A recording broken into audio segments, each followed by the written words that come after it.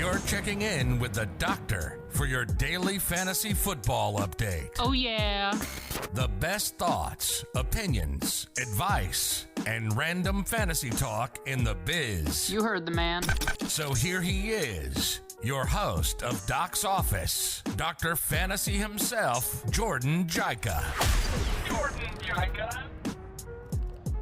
What's going on, everybody? What's cracking, Fantasy Bays? You are checking in with the doctor. Welcome to the first episode of Doc's Office. I am your host, Jordan Jaika, aka Dr. Fantasy. My goal here in Doc's Office is to talk all things fantasy football, give you random advice, random thoughts. I really love stats. However, I'm a strange blend where I love stats, but man, those guys got to pass the eye test, baby. So let's dive into it. Make sure you subscribe and follow me everywhere. I will have a YouTube channel. Subscribe there. You can follow me wherever you listen to podcasts, just under Doc's Office, whether it's Spotify, Apple, or Google Podcasts.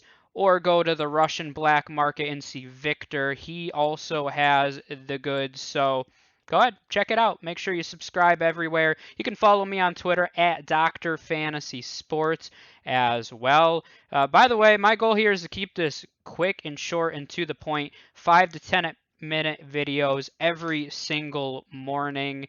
Just random thoughts sometimes. Obviously, when the off season's quiet, I'm not going to have as much to talk to. Vice versa, once we get into the season, I'll probably blab on a little too long, but we're not at that point yet. However, I thought it was a fantastic time to start.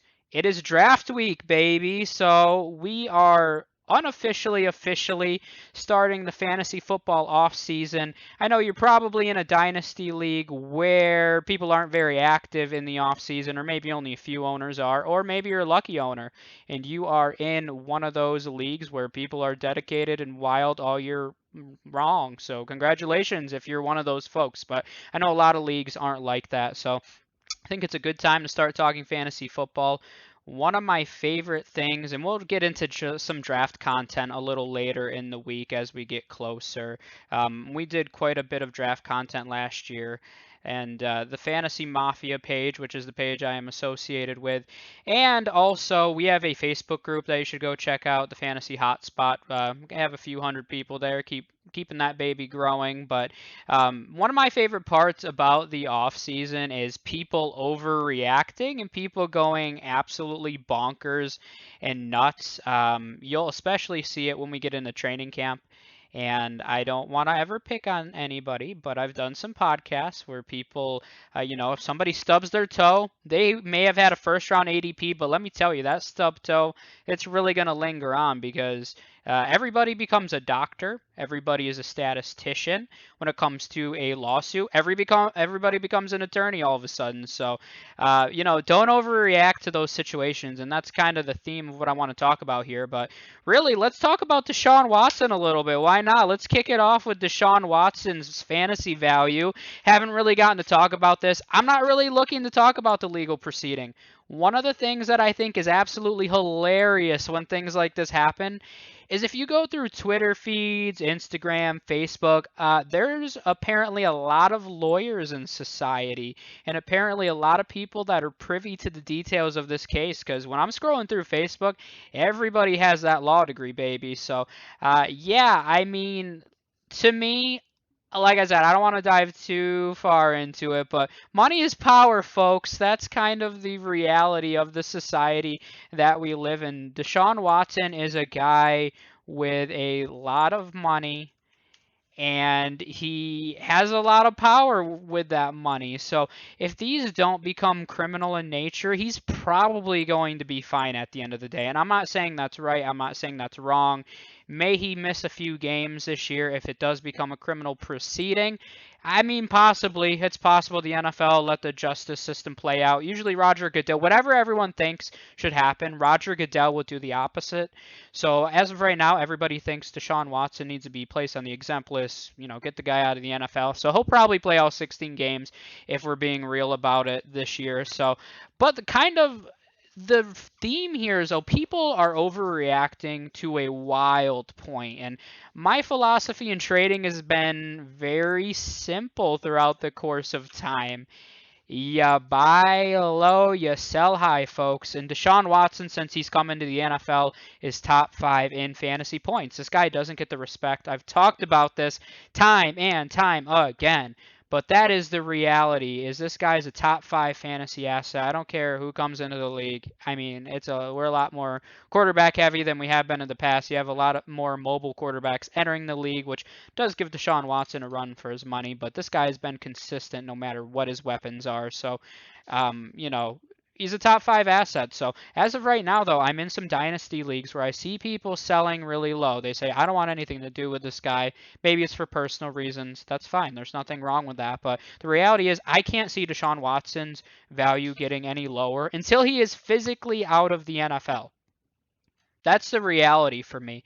And we've seen this before where guys with some money, with a lot of talent, kind of some of these get swept under the rug a little bit. We saw it with Tyreek Hill a little bit, possibly, and I'm not accusing Tyreek Hill of anything, but I think that story was swept under the rug. We've seen it with Big Ben, and then we've seen guys like Ray Rice, and yes, Ray Rice had a huge peak, but people forget that when Ray Rice had his elevator scandal, he was kind of at the end of his career. So it was kind of easy to say, you know what, get out of the NFL, Ray Rice, because nobody wanted him to begin with. His career was pretty much over at that point. So I think Deshaun Watson will play in the NFL again. Kind of unfortunately, I would love to see a big name athlete like this be used as an example to say, hey, the NFL holds itself to a higher standard. Not that they're above the law, but just the fact that Deshaun Watson surrounding himself with these accusations is potentially a little concerning. But go out there, buy Deshaun Watson. Get him low if you can. I'm not saying don't pay that top 5 value, but if you can get him at even QB2 value at this point, you're never going to get him that low. And the worst that happens is maybe you trade a middling asset for him and he never plays in the NFL again. No harm, no foul at the end of the day. So, but I do know a lot of people overreacting to that. But not only Deshaun Watson, just keep that in mind the entire offseason when you're making decisions is, am I overreacting? And I'm going to talk about this a little bit in one of the next few episodes leading up to the draft, because we did this last season. I did this last season when we DeAndre Swift landed in Detroit. When Jonathan Taylor ended up in Indianapolis, we said, oh my God, these are the worst landing spots. And we fantasy is about volume, opportunity, and talent. And you need to have a mixture of all of those elements to be successful. So we'll talk about that later on. But when news breaks, if you see somebody's value starting to decline, sell.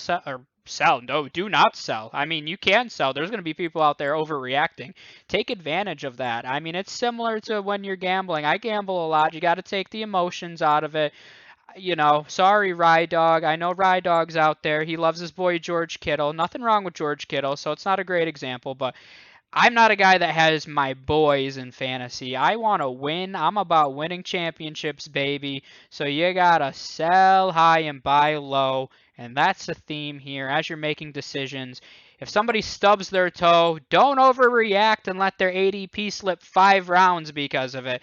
Now, if it's a serious injury, they're going to miss a little bit of time, sure. But even if they're going to miss, we'll say 3 weeks. Number one, you need to understand, is this the kind of injury that's going to impact their performance? So Deebo Samuel, for example, missed some time last year, was very underwhelming when he did play.